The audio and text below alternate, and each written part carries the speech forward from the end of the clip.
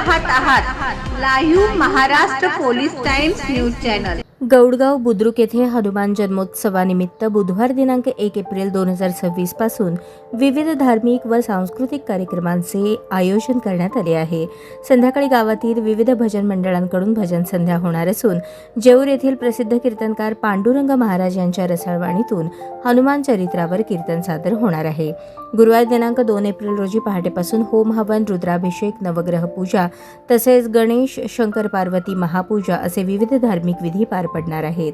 सकाळी 6:34 मारुतीचा पाळणा सोहळा होणार असून 7:20 ढोल, ताशा, बँजो, चिट, हलगी या वाद्यांसह सुवासिनींच्या उपस्थितीत पालखी उत्सवाची भव्य मिरवणूक गावातील प्रमुख मार्गांवरून काढण्यात येणार आहे।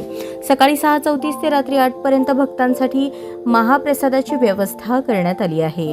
शुक्रवार दिनांक 3 एप्रिल रोजी कर्नाटक राज्य प्रशस्ती पुरस्कार विजेते भागनाथ तळवार आणि सहकलाकार तसेच अथणी तालुक्यातील लक्ष्मीबाई कन्नूर व त्यांच्या सहकलाकारांकडून हरदेशी नागेशी सवाल जवाब हाडेकी या पारंपरिक लोककलेचा कार्यक्रम सादर होणार आहे।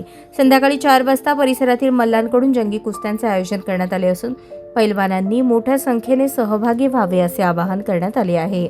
शनिवार दिनांक 4 एप्रिल रोजी सकाळी 8 ते सायंकाळी 5 या वेळेत गिगीपदा हाडेकी गायन वादन कार्यक्रम होणार असून दिवसभर महाप्रसादाचे आयोजन करण्यात आले आहे।